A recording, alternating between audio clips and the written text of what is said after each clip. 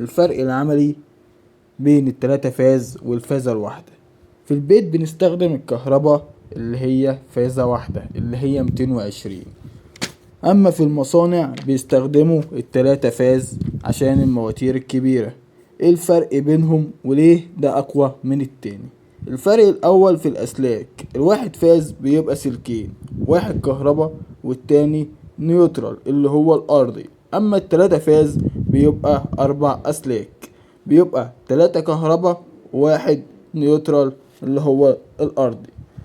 الواحد فاز بيدينا قوة متقطعة، اما التلاتة فاز بيدينا قوة كبيرة وشغالة على طول ومستمرة.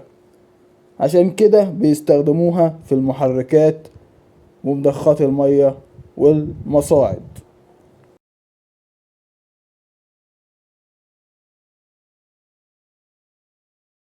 لو